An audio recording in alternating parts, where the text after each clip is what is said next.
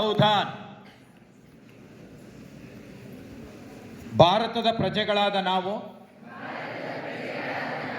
ಭಾರತವನ್ನು ಸಾರ್ವಭೌಮ, ಸಮಾಜವಾದಿ, ಧರ್ಮನಿರಪೇಕ್ಷ, ಪ್ರಜಾಸತ್ತಾತ್ಮಕ ಗಣರಾಜ್ಯವನ್ನಾಗಿ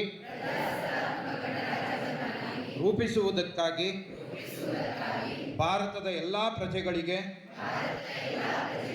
ಸಾಮಾಜಿಕ, ಆರ್ಥಿಕ ಮತ್ತು ರಾಜಕೀಯ ನ್ಯಾಯವನ್ನು,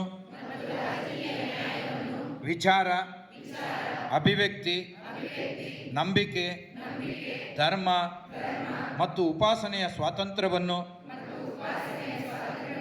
ಸ್ಥಾನಮಾನ ಮತ್ತು ಅವಕಾಶಗಳ ಸಮಾನತೆಯನ್ನು ದೊರೆಯುವಂತೆ ಮಾಡುವುದಕ್ಕಾಗಿ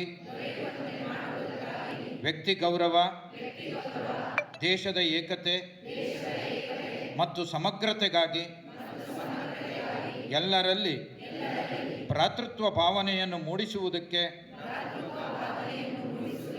ದೃಢ ಸಂಕಲ್ಪ ಮಾಡಿ ನಮ್ಮ ಸಂವಿಧಾನ ಸಭೆಯಲ್ಲಿ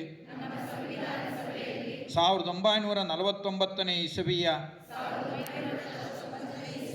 ನವೆಂಬರ್ ತಿಂಗಳ 26ನೇ ದಿನದಂದು ಈ ಸಂವಿಧಾನವನ್ನು ನಮಗೆ ನಾವೇ ಅರ್ಪಿಸಿಕೊಂಡು